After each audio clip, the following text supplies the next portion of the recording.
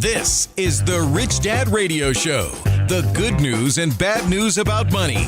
Here's Robert Kiyosaki. Hello. Robert Kiyosaki, the Rich Dad Radio Show. The good news and bad news about money.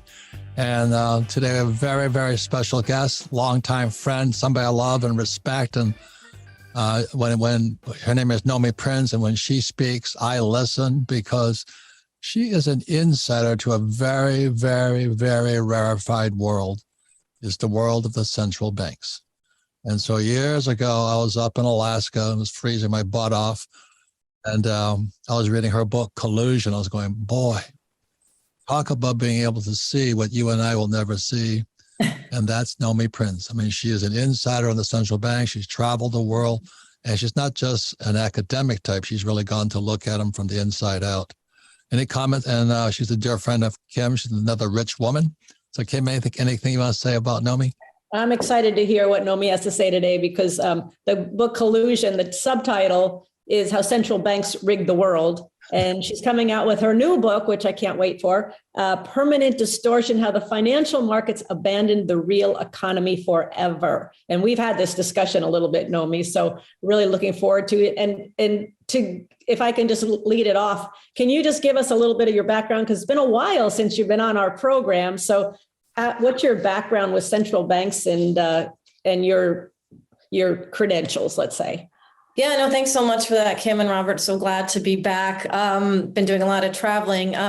My credentials, okay, so I worked on Wall Street and in the city of London for almost 2 decades. I worked as a managing director at Goldman Sachs. I was a senior managing director at Bear Stearns.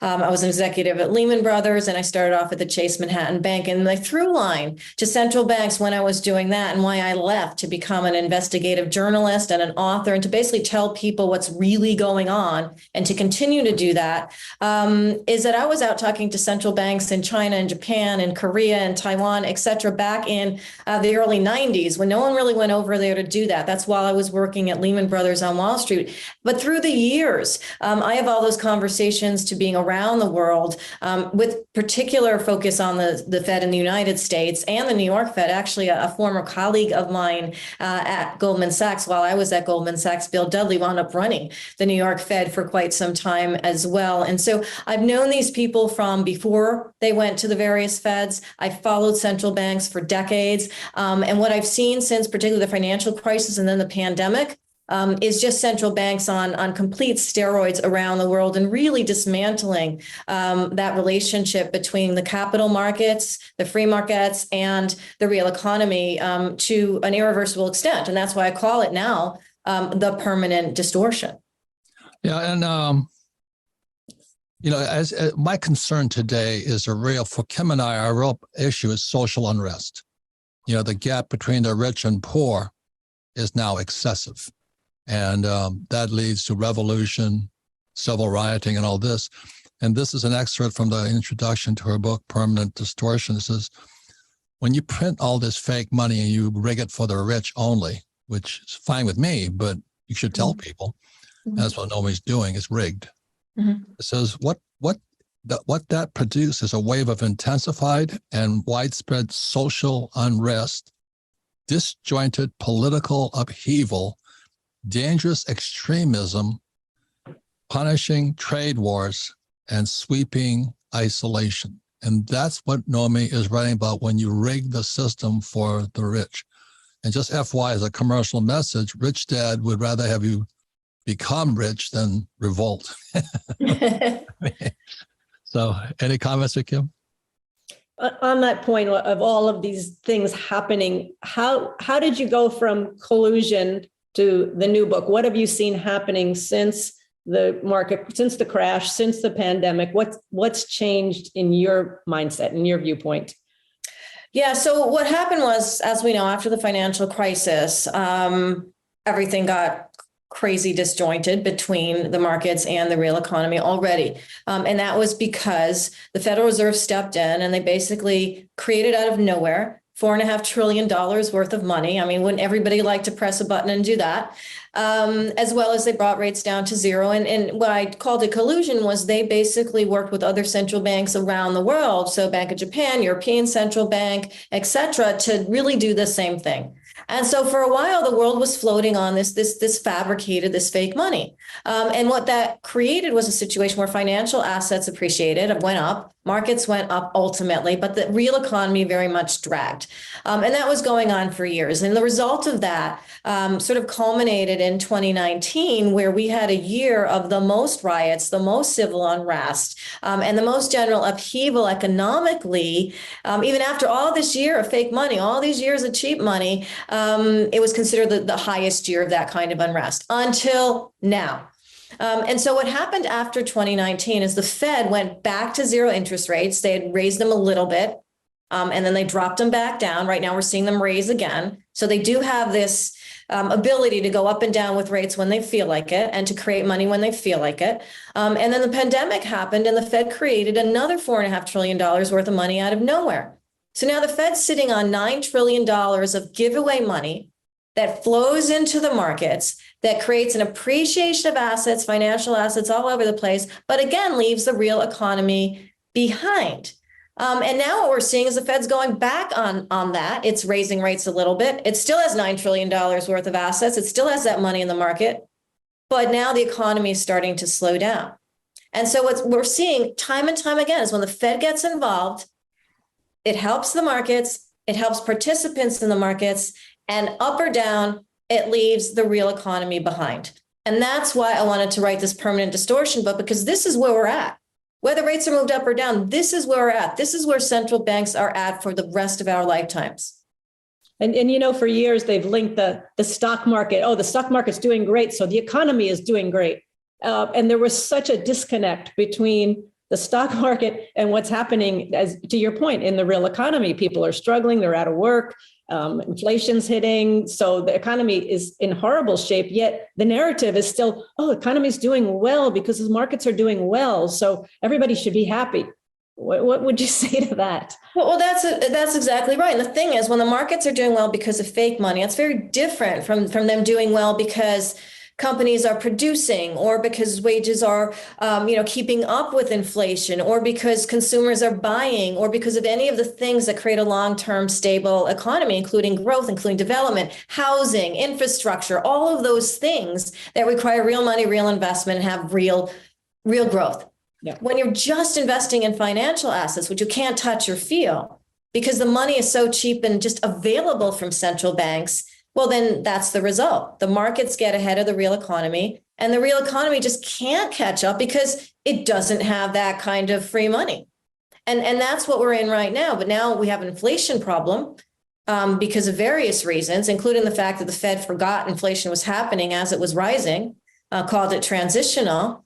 But even if the Fed can't affect inflation, people are feeling inflation.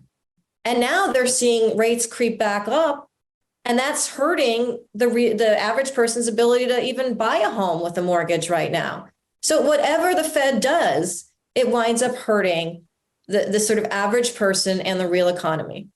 So what that causes what we call the everything bubble, where real estate goes up, stocks go up, and bonds go up. And the trouble is, it only makes the bankers richer. Well, because they're moving all that stuff around. That's exactly right, Robert. It makes the bankers richer because they don't care where money's going. They will basically, it's like a hate-seeking missile, right? They're going to find where the money is hottest. They're going to leverage that money because it's cheap and available. That's where the bankers go. That's where their friend investors go. That's why BlackRock, who's sitting on a $9-10 trillion book of assets, will go. It's where everyone who has the ability to get money cheaply will push that money. And they want it to make money fast. They want money to reproduce quickly. And in that way, they want money to be like a virus, produce quickly, reproduce quickly. But that doesn't mean it has the staying power to create that long-term money flow. Like, I know, Kim, you look at this a lot, that cash flow on a long-term basis, say from real estate, or just from foundational growth of the economy. It's in and out. And that's what we've seen with these bubbles. It's just in and out. So the thing that I think is kind of funny, because I want to get to what you see on the inside. Question is, are these bad people? That's what I'm going to ask you, okay? We know what they're doing is bad, but are they bad people? Before I go on, I always thought it was funny that Bernanke gets up there and he says, we have a thing called a printing press, and that's what they call him, Helicopter Ben. Right. And everybody says, oh, they would never do that. So, well, what do you think the stimmy checks were? All the stimmy checks were helicopter money from the banks, Treasury and the banks. I mean, the Fed. Well, that's exactly right. If the Fed hadn't stepped in and created money at that moment, that money would not have been available. It is about the Fed basically, sort of moving some digits on a computer, creating this sort of fake money, and then buying bonds or buying the debt of the US government or of the housing market or whatever it might be with that fake money. And that creates this additional bubble. And so, yeah, it's a good question. Are these people evil? Well, you didn't say evil. I'm throwing that into your comment. Are they bad people? You know what?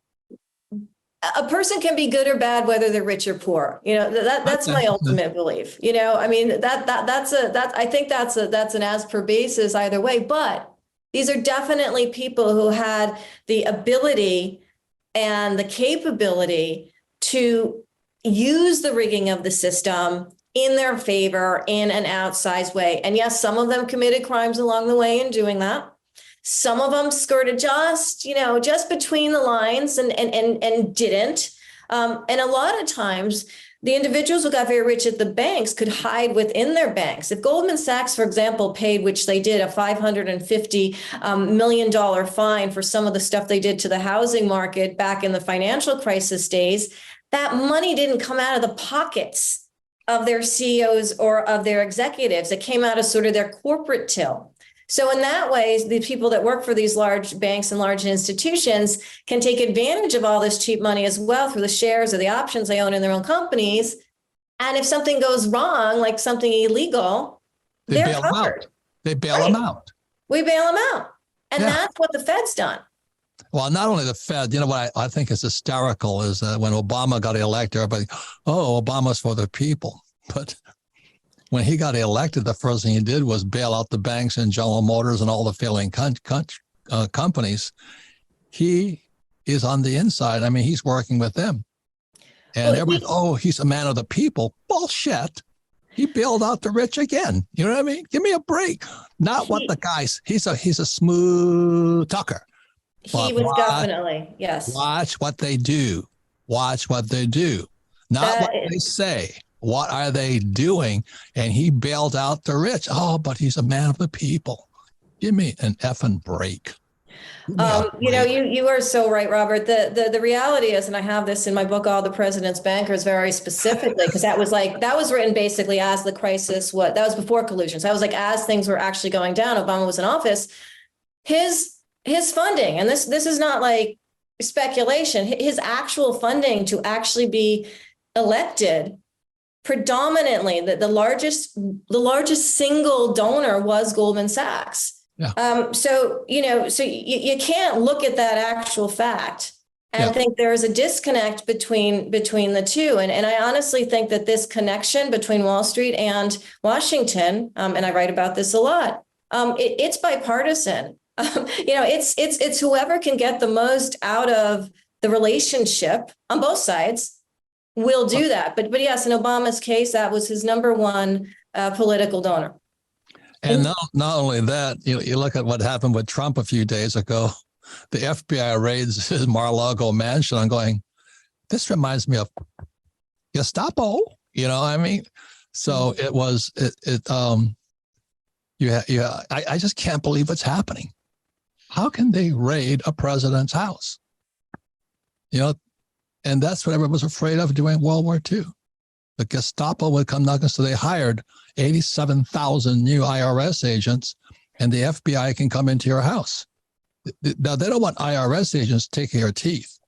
They're after your money.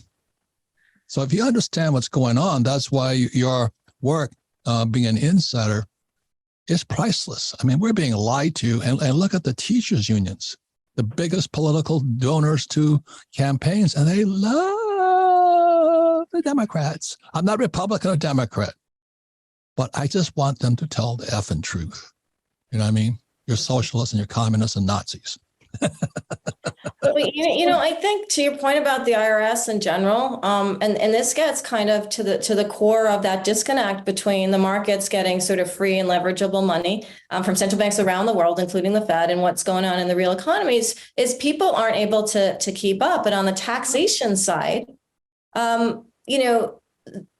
because the government isn't basically making enough money, right? It's borrowing money. That's how we run the country. They can't pay the debt. So they borrow so much more, but they're trying to tax you more to pay the debt. Well, exactly. And that goes back to this disconnect between the markets and the real economy, because if the real economy is not keeping up, that means it's not making enough money to basically fund itself. Whether that's on the private side or the public side, it's just not making enough money. And so the taxation that you then go through is related to the fact that we've got this gap between what the real economy makes and what it looks like the markets are doing, because they have this fabricated money going into them. It's all connected. Right. Kim, any comments? Well, my question is, does the Fed have any idea what they're doing, Nomi? No, they're evil. They're evil. They're supposed to be the smartest guys. Do they really have any idea? I mean, is it just like this experiment? Let's try this. Let's see if this works. Let's see if that works. That's what I think. Yes. Because if you look back to, and Robert mentioned Helicopter Ben, if you have the ability in your job to just create money when you think it's needed, without considering an exit plan, without considering what that really does to distort the markets from the real economy, without considering tomorrow, that's a very reckless job to have if you do it wrong. What the Fed has done the entire time is get its timing wrong and overstep its power. So if there's no reason to create $4.5 trillion worth of money to, quote, save the economy when you don't see any signs that that's what it's doing. Right. There's some very, credentialed economists working at the Fed and for the Fed. And what it seems to me that constantly what's happening is there's not an accurate, just assessment of what's really going on for real people and their real paychecks, their real pocketbook. Like, for example, right now, unemployment looks like it's low. So the Fed's saying, all right, unemployment's low. We can raise rates to fight inflation. Not that the two are related, but let's pretend they are. So the reality, though, is that a lot of people are working multiple jobs, and those multiple jobs don't really come in as multiple jobs or fractional jobs into the Fed's numbers, into the Fed's thinking. So whatever they think about unemployment is not related to people's experiences. Mm-hmm. And so, for example, with inflation, they missed the whole boat that they capsized in terms of creating money to be leveraged throughout the paper markets over the years. They didn't consider that inflation. They did not consider that they were inflating the markets, even though they were inflating the markets. I completely didn't even think that was a thing. Then we get to COVID and they do it more. And then we get to a situation where food prices are higher, energy prices are higher. And the Fed has nothing to do with that, but now they're fighting it. So it's like they're positioning themselves as this inflation fighting hero when they don't notice it happening when they create it. And then when it happens in an area they can't control, they're like, we're going to fight it by raising rates and doing all these other things. And they create instability in the markets and the economy as a result. So I don't think they understand what they're doing. So you're saying they're not evil, they're just stupid. Basically, again, individually, anyone could be evil or not evil. But yes, they are definitely stupid with respect to understanding the ramifications of what they do.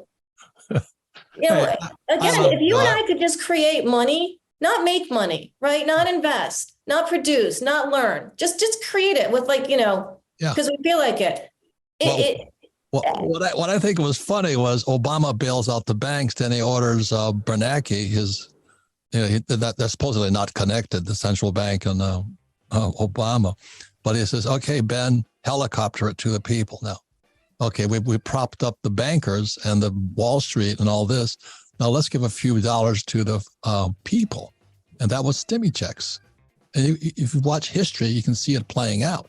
Again, it's not what they say, it's what do they do. When we come back, we're talking more about Nomi Prince and find out what goes on inside these people who are not evil. They're just plain stupid. We'll be right back. This episode is brought to you by 8 Sleep.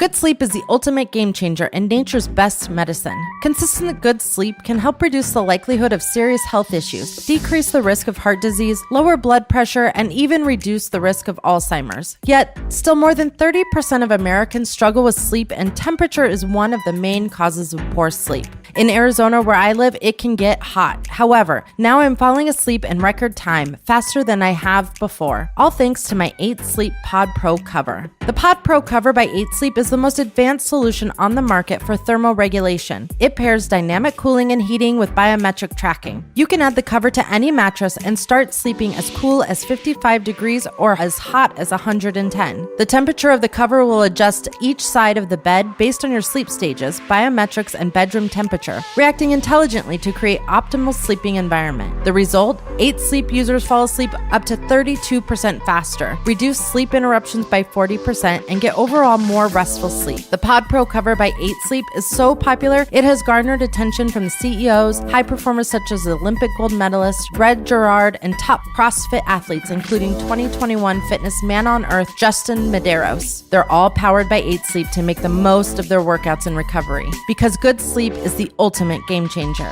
Go to 8sleep.com/richdad to check out the Pod Pro cover and save $150 off Pod Pro and Pod Pro cover at checkout. 8 Sleep ships to the USA, Canada, and the UK. The Rich Dad Company's mission is to elevate the financial well-being of humanity. And one of the ways we do this is through the Rich Dad Radio Show. The first investing tip we tell our listeners is to make sure their portfolio is diversified. One way to do this is by investing in companies that are themselves diverse. Companies that operate around the globe, companies that are innovative, or companies that provide differentiators in the respective category. Even better, invest in companies that meet all 3 areas, like Akamai. Akamai makes life better for billions of people, billion times a day, through their cybersecurity, cloud, and edge solutions. They have everything that investors look for in a company that has long-term stock value. Strong financials, a global platform, diversified across products, and a leader in the security space. To learn more about Akamai, visit their website, akamai.com/richdad. That's AKAMAI.com/richdad. And make sure to explore all the ways you can keep your portfolio diverse. Feeling powerless over current events and your financial future? Financial freedom is your freedom. Robert Kiyosaki is the best-selling author of Rich Dad, Poor Dad. Over 40 million people have taken Robert's advice. Now it's your turn. Attend Robert's free virtual wealth building event. Claim your free access now at richdadfree.com. Don't wait, access is limited. Go to richdadfree.com. That's richdadfree.com. Welcome back, Robert Kiyosaki, the Rich Dad Radio Show, the good news and bad news about money. And by now, I think most of you know there's a lot of bad news out there. And our guest today is Nomi Prinz, longtime friend, somebody I love and respect. And her books are eye-opening. The reason they're eye-opening is because she came from the inside. I mean, she came from hell and she told us what it's like. It's called the banking system. And so she's telling you her latest book is Permanent Distortion. But it really is how the banking system is creating more people. Is creating this gap. It's a social problem. The gap between rich and poor is getting wider and wider and wider. And my whole shtick is that are the central banks, as a government and the U.S. Treasury and politicians, are they evil or stupid? And we haven't come to an answer yet. Any comments, Kim? I think it's a combination, actually. But yeah, so Nomi's new book. Nomi, when's your book coming out? October 11th. It's available for pre-order everywhere now. So definitely get that book. You want your eyeballs open and seeing what's really going on. Don't listen to what they're saying. Watch what they're doing. And Permanent Distortion, your subtitle I love, is how the financial markets abandoned the real economy forever. So to that point, how do you see this playing out? Is there a brightness at the end of the tunnel, or does it look like a train wreck? So that's a really good question. There is a brightness at the end of the tunnel, and I do address it in my book, and I do think there's areas to invest as a result. The downside first is that when we have such a distortion, and I do think this is our reality, this is our lifetime. We have a situation where central banks continually fuel the market with fabricated money, which means it goes to the banking system, it goes to Wall Street, it funnels basically debt between the Fed, the government, Wall Street, et cetera, and none of that borrowed money gets into the real economy. So in a way, it's pointless to borrow it. So you have an indebted government, but it's not necessarily planned into the real economy. That's a problem. It goes into financial markets. That creates instability. That creates, as Robert said, more poor people, more social unrest. It creates a situation on the negative side where people are so disconnected in their real daily lives from what they see sort of happening at the financial sort of realm of Wall Street and the markets, is that they get angry. They get disenfranchised. They riot. They want to fight back because they feel so uneasy about this whole situation. Now, on the positive side, I do believe that there are some sectors that evolve out of this great distortion, this permanent distortion, that will see a combination of that money flow, of that cheap money, but also our major growth areas, which can help the economy and get us out to that extent of some of this mess. And I break those into transitional energy sources and materials, commodities, infrastructure in terms of whether it's water, whether it's ports, whether it's roads, and the actual structuring and the materials that go into that. So again, real stuff. Transformative technology. So not things like Facebook where it's just sort of connecting. It's not real, but the kind of technology that allows us to, create better architecture, to create better transportation, to basically create better, data, more secure data and all of that to drive our economy. Meta reality. So basically, not the metaverse, but the technology, that actually allows us to do things better. That includes medical transformations. That includes, a surgeon in the UK being able to provide services to someone in California or vice versa if it's their expertise without traveling. So things that help us. And also to an extent, the decentralized financial world. Because again, we talked about how Wall Street gets all of this money for free and leverages it and makes a lot of mistakes, gets bailed out, Fed comes in, debt gets created, this whole cycle. I really believe that blockchain technology, decentralized finance, companies that create a direct link between people and do not involve Wall Street banks in the financial realm. There's still financial services, lending, buying, all of that, but without Wall Street touching it.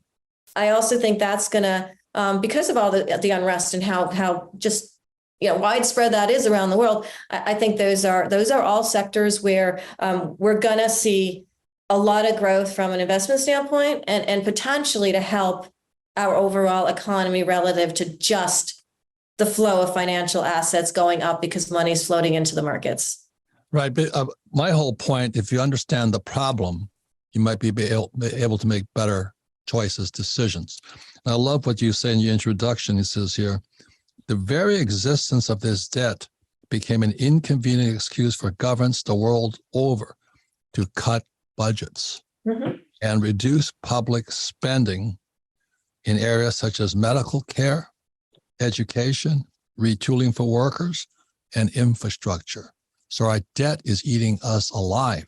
That's right. Well, when Helicopter Ben Bernanke says, okay, well, we've given enough, when Obama says, I'm going to bail out the banks and GM and all those guys and the finance markets, then Helicopter Ben says, well, we should give some to the people. Now, all that's debt. And so let me read it again. The very existence of this debt became a convenient excuse for governments the world over to cut budgets, reduce public spending in areas such as medical care, education, retooling for workers, and infrastructure. That's ripe for revolution right there.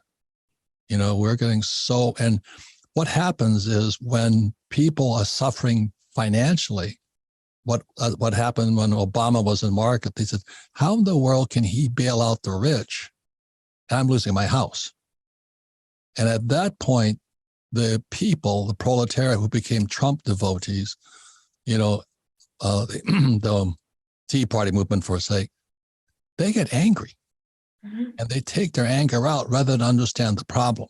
And the reason I like, your books, Collusion, All the Bankers' Men, and this book here, Permanent Distortion, If you understand the cause of the problem, you might be able to do something about it.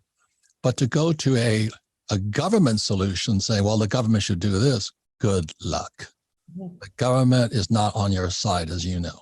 And Obamacare was about healthcare, but it was really about insurance. Mhm. It really wasn't about your healthcare. And it was a political ploy. Like they're gonna forgive the student loan debt now. The five, the woke group in wherever they are in the House, led by AOC. They're going to forgive the government debt. I mean, the student loan debt. Why? They can get elected. Yep. What does that do? Right, And- Mark? Yeah, and they're so afraid of this, just what you're talking about, Nomi and Robert, the civil unrest. I was just reading that Governor Newsom in California, and Nomi, you would know this better than me, is proposing to give people inflation checks. So to hedge against inflation and the cost of food and the cost of gas. Because to your point, I think the politicians are so afraid of this civil unrest and this uprising. It's happening right now in Panama. They're having uprisings in Panama for this exact reason. But they're so afraid that they just want to throw money to keep everybody quiet. How about Sri Lanka? Man, that's the place, a rich country. Yeah. Well, it's, what's interesting about it's scary is that none of that is really thinking of a longer term solution to, again, making people more secure because the economy is growing, because you're not just creating debt, you're not just sort of giving it into the banking community and the markets, right? So all of it's very short term, to your point, Cameron, it's very short term, and it's related to, and this is the thing about politicians, right? The main goal of a politician is to get reelected. I mean, that is it.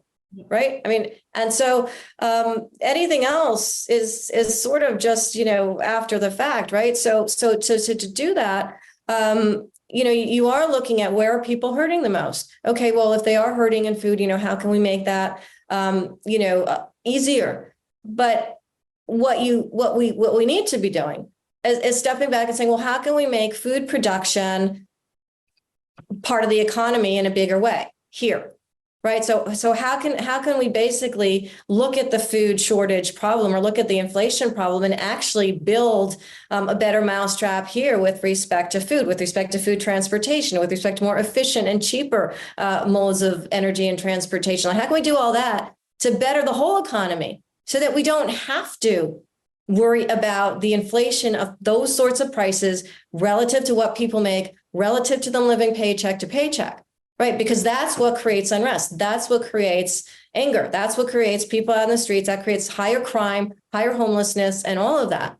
We're not focusing on like anything beyond the next election, and that is not a way to assume your economy is going to be solid and grow. I mean, that's just not possible. And we see that in country over country. Like that doesn't work anywhere. So again, we go to the bigger picture problem, but a lot of people don't understand the problem, which was the original question I had for you. Are these guys corrupt or just stupid? And then the court is still out here. Right. Look at what happened in Sri Lanka. A lot of that problem was because of the Green New Deal. They wanted those people to shift to organic fertilizer. They couldn't produce enough. And that's what's going on here too. So, I wrote about my book, Capitalist Manifesto. The Green New Deal movement is a socialist move. They want to give everything to the people, and Rich Dad and you and Kim and I said, why not teach people about money? I mean, why don't you teach them? But you can't teach people if your leaders are stupid or corrupt. And you or don't understand economics, which I'll definitely give all of them. I'll put all of them in the box of just not understanding. Because what's economics? Basically, it's you and I paying for stuff we need to live, right? And how, whatever that looks like, right? The profit in that, the investment, whatever it looks like. An economy is literally an exchange of items and services for money. And when those things don't match. Who's in charge of education? NEA. And you heard what Trump, I'm not pro-Trump or against Trump, but he stood up there at the CPAC thing and he says, let's abolish the Department of Education. You got a thunderous applause. That wouldn't be possible 10 years ago. Before 10 people thought teachers walked on water. But this is a story of rich dad, poor dad. My poor dad was a PhD, poor as a church mouse. He's teaching kids. Are you kidding me? To that point, and we've talked about this on your show, I think multiple times, that, we don't have an education system that teaches money. It doesn't teach practical investment. It doesn't teach the relationship between like what's going on around you and how you can basically, become just more secure just financially, because it's just not part of any curriculum. I was talking to my nephew, just graduated high school, he's going to college, he's going to UT, he wants to be a doctor.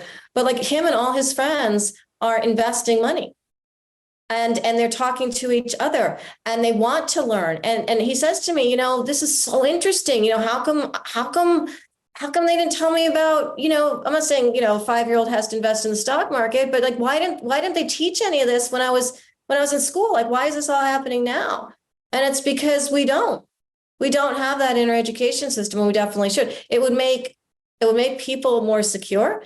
It would make them understand money better. It would make them more educated. It would make them ask better questions, and it would create a better economy for everybody. In theory, yes. In theory. In reality, you can't do that if the system is rigged against you, is what you're saying in your books. Yes. The system is rigged for the rich, not the poor and middle class. And I went to school. I'm an oil guy. I went to Kingsport Merchant Marine Academy. I was a tanker officer driver, so I was in the oil industry. And you look at when Biden cut off the XL pipeline, and also the price of, Kim and I own oil wells.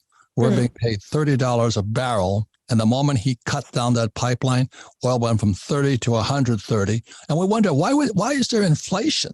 Right. That SOB, Biden cut the oil off, and then he blames Russia for doing it.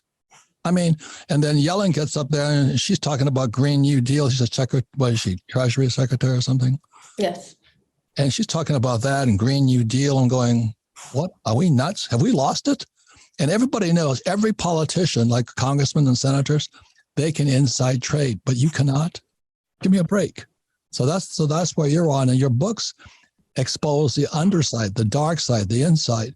So when I was reading Collusion, I was going, oh my God, that you verified my suspicions because you've been on the inside. Yeah. And they were doing this all through the pandemic. I mean, I've got all this information in the new book, Permanent Distortion, where members of the Fed, members of Congress, were literally buying up companies, shares in companies right before there was like this infusion of fabricated and fake money. And yeah, they were making a ton of money. From everyone, from Nancy Pelosi's husband to her, like it just didn't matter what side of the aisle they were on. There was so much money being made. A couple of people from the Fed did resign as a result when public scrutiny was sort of attached to them. But so in that respect, to your question before about are they evil or stupid? So they are corrupt and stupid. They are definitely corrupt and stupid because they have the avenues for that corruption. And then some may be evil and some may not be evil. But the reality is they have that ability. Well, I think you said something very important, is that it's okay for Nancy Pelosi to trade from the inside, but it's not legal for a Fed person to do that. Well, that's interesting as well. Yes. Yeah. Rules. So let me ask you this, Nomi. Yeah. So we're not going to uncorrupt the system. It's that addict has got that needle in there pretty heavy. And you're talking about, the solutions in building infrastructure and building production in the U.S. and doing all that. How do you see that happening as the government is not capable of doing that? Well, I see it happening around the government. So, for example, I did a big trip to the Midwest of this country, heartland of this country. I was in Ohio, I was in Indiana, I was in, Missouri. I basically the whole belt of the country. And starting in Ohio, there's a ton of plants that are basically, taking sort of iron pellets out of the ground, out of mines, and they're fabricating them into steel, which is used to build infrastructure. And they're doing it more economically, more technologically advanced all the time. And that creates profit in production that we actually need to build stuff. So they don't do that because of the government or not the government. They do that because that's their business. And there's a lot of plants like that are doing what they do. And what they need for the rest of the economy or people to do is to either invest, to know what they're doing. It gives people jobs. It gives a foundation of this country that's just better. I travel on fast trains, for example, whether it's in China or whether it's in Japan or wherever. We've got, there's such better just even transportation systems in different places than there are here, because we spend all our time as a country, I mean, us, talking about where funding is going to go, where money is going to go, and how much debt it's going to need, and all this kind of stuff, without actually getting stuff done. Like this is the main problem. We don't get stuff done. No, I understand. Everybody goes solution really quickly. One of the problems is, what is the problem? And the problem is the system is rigged. That's right. A few people. And that's what you're writing about. So we can talk, oh, we should borrow money to do this. I mean, there's friends of mine say, oh, if we just spent trillions of dollars on cancer research, I'm going, but where does that money come from? Well, and that's what I'm trying to say. That's why people should read your books. You understand the source is our money. It's how it's created out of debt, and it's free money to the rich, but you tax the poor. That's money. That's 1913, right? The Federal Reserve Act. 1913, the Fed was created, and 1913, the IRS was created, because money can only be debt and taxes. So the question is, are you in debt and you paying taxes, or what? So Kim and I are deeply in debt. We pay no taxes. Mm-hmm. That's financial education. Mm-hmm. That's the problem. Without that education, you don't know it. And there's always insider trading. The question is, how far from the inside are you? That's right. So I don't own any stocks, but Kim and I are insiders in companies we take public. That's right. And the average guy cannot do that. But that's why I'm saying I love your work, because you give the average person like Kim and I an insight of the dark side. And if you can understand that, you can listen to all the politicians like Obama. Oh, I'm a black man. I'm going to save all of us, and everybody loves me and all this. Meanwhile, he's bailing out the rich. Right. And where does he live? He doesn't live in Harlem or some ghetto. He does not. I mean, he lives in Martha's Vineyard. He has the biggest house in Hawaii. I'm going, and then there's this critical race theory going on. They own the largest properties on the island of Maui in Hawaii. He and Oprah and all those guys, and going, why don't you guys tell the truth? Tell us the truth. Anyway, we'll come back with a final wrap up here. So I love your work, Naomi, because you show the inside, and the real problem is it's rigged against you. Be right back.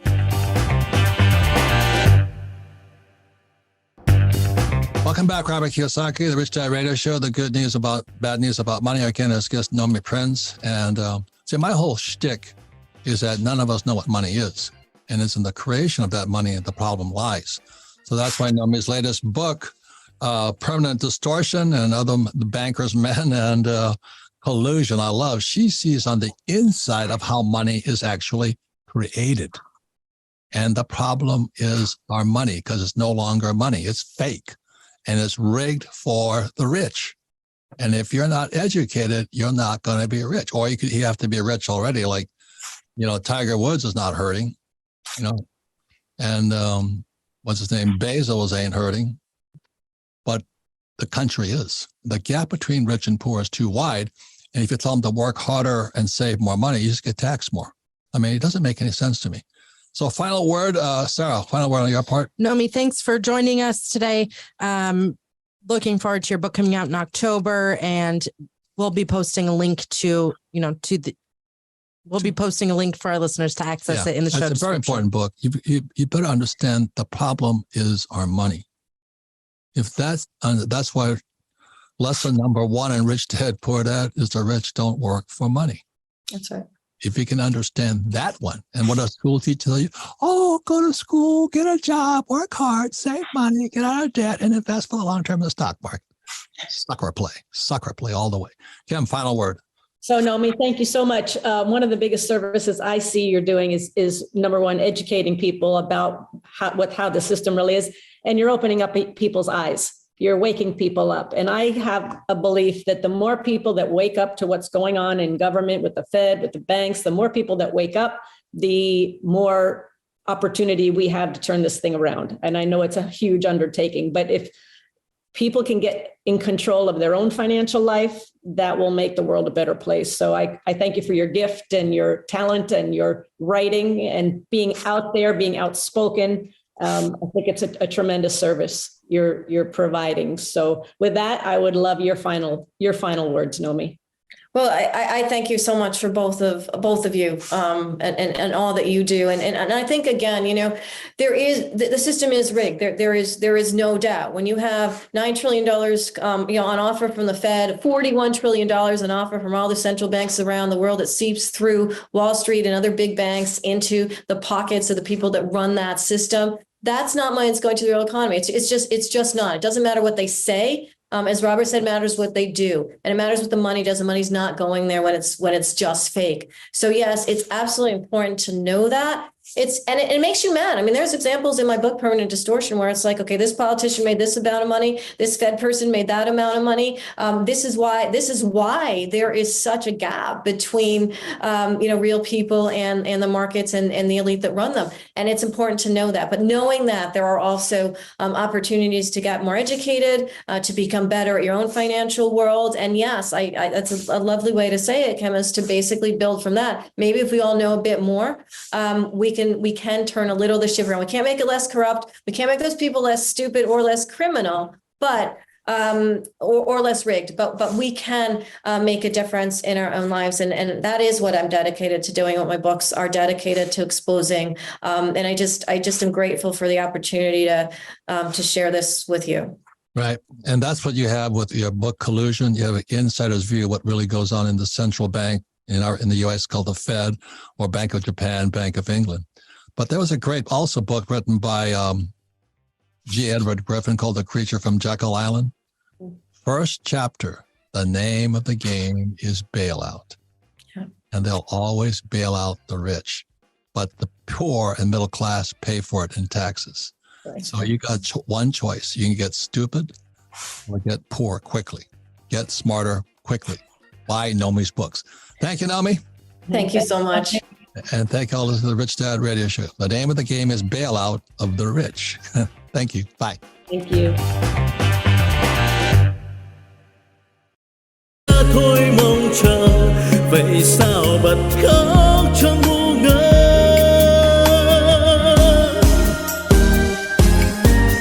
Vẫn thế đây bao lâu nay em không hay, chỉ một mình anh ngồi khóc. Nước mắt đây riêng nơi đây em không hay, sự thật là anh nhớ em. Người giờ đã xa, lời hẹn ước đâu rồi. Nước mắt đây rơi biết bao lâu thì khô. Vẫn thế đây bao đêm say em không hay, từng giọt buồn sao mặn đắng. Nhưng lúc ấy anh loay hoay trong cơn say, lại nhầm rằng em ở đây. Người giờ đổi thay, tình mình vẫn đong đầy. Thế mới biết anh vẫn yêu em, thì sao tìm quên chốn xưa ngày ta quen.